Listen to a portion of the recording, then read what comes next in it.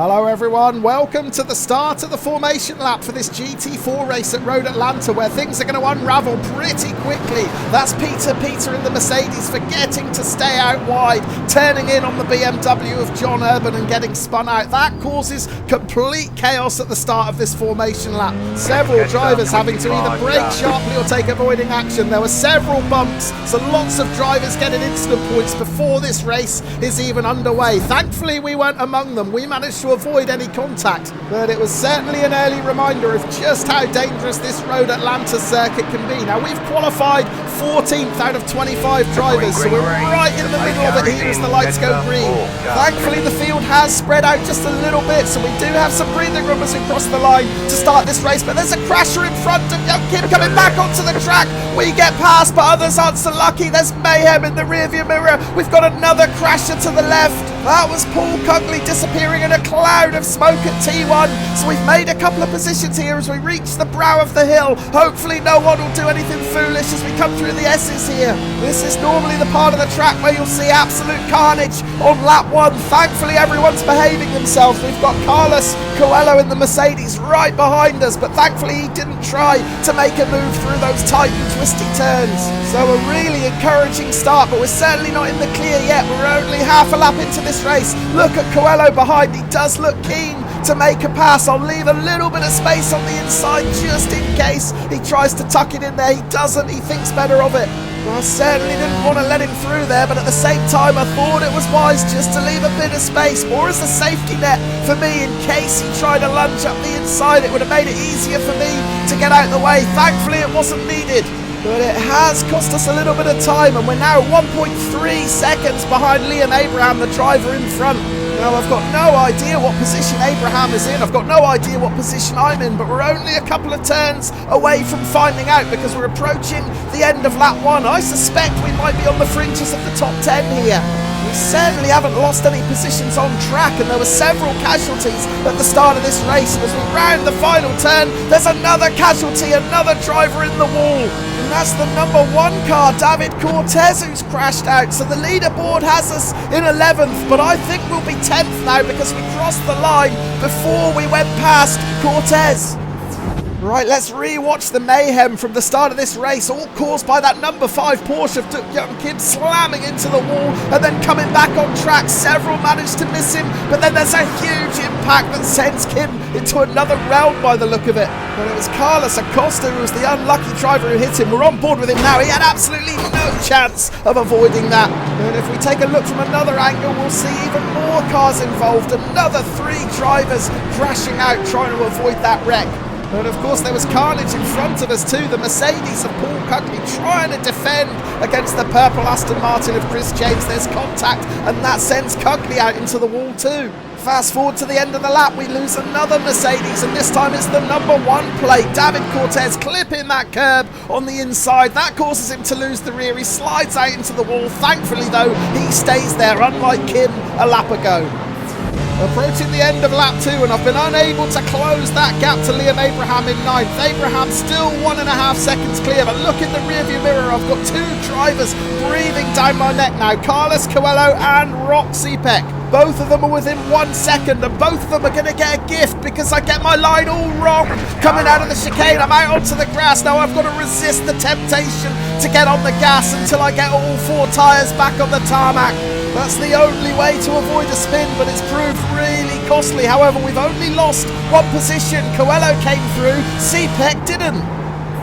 Yeah, I was fully expecting to see 2 cars charge by after making this mistake. You could just see me getting out into the grass. Now, had I accelerated there, it would have been game over. I had to ease off, but it was only Coelho that came through, so something must have happened to Sepek, and this is what it was. He ran even hotter into the chicane. He got out onto the grass on entry, and ultimately that's what saved us 1 position. We dropped from 10th to 11th.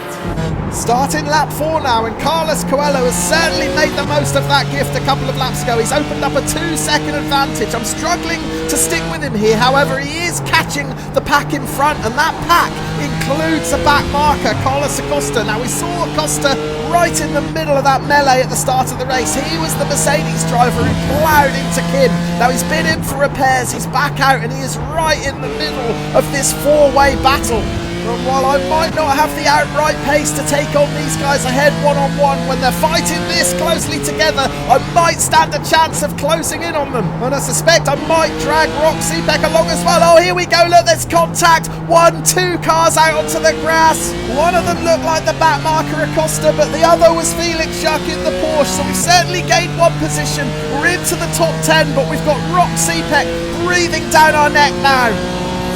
Yeah, really strange incident this one, because the lap driver Acosta had already been passed. It looks like he's going to try and challenge around the outside. That's Acosta in the Petronas liveried Mercedes. Schuck in front in the Porsche just gets clipped from behind, and it's enough to send him off onto the grass. And yeah, if we look at the incident again from the chopper cam, watch the Mercedes. He gets a much better drive up the hill, and he's going to challenge around the outside. Now that forces Schuck into a defensive line, and that's the last thing you want to do when you're fighting with a back marker, is to start defending. Ultimately, it ends in contact that sends both drivers out onto the grass. You're in the top 10. Well, there's the confirmation from crew chief. We are in the top 10, but we're going to have to work really hard to stay there, because Roxy-Peck is all over us now. He's closed that gap to just 0.3 of a second as we come up over the brow of the hill and into the S's, and we're going to run it in a little bit. Oh, we've got 2 tyres out on the grass again. There's just no room for C-Peck to find a way through. However, we're forced to the inside line. We've got dirty tyres. The car is a little bit hard to control. I think I'm going to have to back off and let C-Peck through there. Yeah, I didn't want to surrender the position, but ultimately it was my mistake. I was offline, I was down on speed, and it would have been dangerous for me to try and defend too wide through those S's, so we've let C-Peck have that position. And now the big question is, have we got enough in our locker to try and challenge to get that place back? Well, it's going to be hard, because we've got company from Jurison now as well. So as it stands, it's C-Peck in 10th, me in 11th, and Jurison in 12th. The 3 of us separated by just 1 second. And this is the mistake that put me under so much pressure. 2 tyres out onto the grass. I thought about defending, but at this point we're side by side. I've got dirty tyres, and I think it's best just to ease off and let C-Peck through. But one thing's for sure, this battle is far from over. Well, we're going to jump forward a little bit now and rejoin the live action on lap 9, where unfortunately most of my attention now is being taken up by my rear view mirror rather than what's going on in front. I've been unable to shake off Jurison. He's still within half a second, so the last few laps have been all about trying to keep it smooth and not making any mistakes. I don't want to give Jurison any opportunity to try and make a pass. Meanwhile, in front, the gap has opened up to 2 seconds now. Roxy-Peck in 10th is just a little bit too quick for us. However, he has caught up with Carlos Coelho, so there could be a glimmer of hope for us here if these two start fighting with each other. And look how close they are. C-Peck's BMW is all over the rear end of that pink Mercedes. And there's a bit of toe to be had down this back straight, so I wouldn't be at all surprised to see Roxy-Peck try and make a move here. Now, is Coelho going to take the defensive line on the inside? If he doesn't, if he sticks to the racing line, I think we're going to see that BMW make a move up the inside, and that's exactly what's happening. It's a battle of the brakes now. Who's going to be the bravest? C-Peck's on the inside. It looks like he's got the job done. Coelho runs it in way too hot. I think he was trying to leave C-Peck some space, and it compromised his own line. And that has given us an unlikely opportunity to attack now, because we're swarming over the rear of this Mercedes, and we get a much better drive through the final turn. We pull alongside, and there's no margin for error at all. If we're going to pull off this pass up the inside into T1, we've got to hug the inside line. We've got to give him space. There's contact. Oh, I think we've lost Coelho. Oh no, I tried my very best to make that as clean as possible, but Coelho has lost 2 more positions. We'll have to go back and check out a replay to see what happened. This is the pass from C-Peck that brought the pack back together up the inside into the chicane. Coelho gives him all the space he needs and more. It compromised Coelho's line, and that cost him a lot of speed.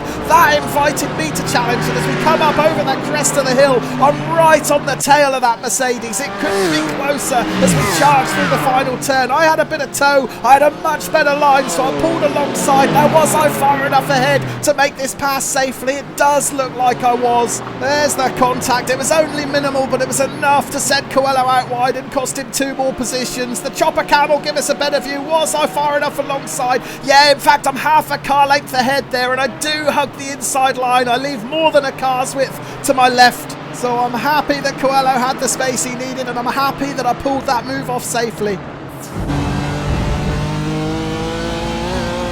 Well, there's the white flag notification from crew chief. We've got one more lap to go, and we're going to start this last lap back in the top 10. That pass on Coelho at the start of the previous lap has promoted us back into 10th position. Now, could it get better? Because we're now gaining on Rock Sepek. In the early stages of this race, I didn't have the pace to stick with him, but now I've got more than enough, and I'm reeling him in. We take a little bit too much curb over that blind apex. That's an instant point. We're not going to worry about that now because we can smell blood here.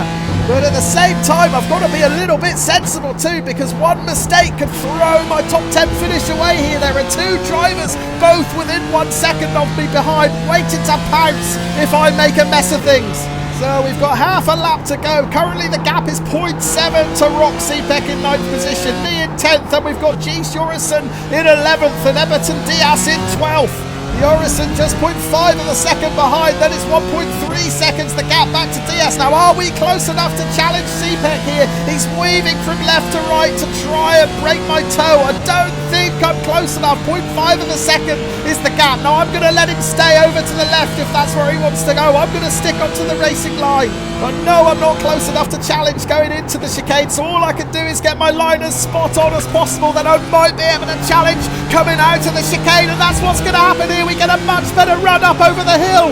We're carrying a lot more pace. This is going to be risky if we try this into the final turn on the inside. Sepek slams the door shut and we don't get the pass done. What a dramatic conclusion to the race. Amazingly, we both survived. Well, I'm not sure if that was bravery or stupidity attempting that move up the inside into the final turn, but I thought I had to give it a go. We've come this far, and I was certainly carrying loads more speed than Sepek, but I had to get alongside him to be able to make the pass safely. I wasn't alongside him. I only had a nose up the inside. There was a little bit of contact. That's how close we came to disaster. And I risked it all here, trying to get that 9th place at the death. It wasn't to be, but what a dramatic end. So here are the classified results, and there we are with a top 10 finish. I'll certainly take that. It was quite a high strength of field, this one. We were given the number 19 at the start of the race, so we've massively overachieved here. My fastest lap in the race of 1:27.6, not particularly competitive, but we played it safe here and we pounced when the opportunities arose. I'm happy with this one. So that's it from iRacing for this week. If you haven't had enough of me yet and you've got a bit of time to kill over the Christmas break, I'd recommend you check out the video on screen now. I've gone back and picked my 10 most memorable moments of 2022. There are some belters in there and there are some disasters in there too. But I hope you've enjoyed watching today. I'll be back on the grid for another race very soon. Cheers for now.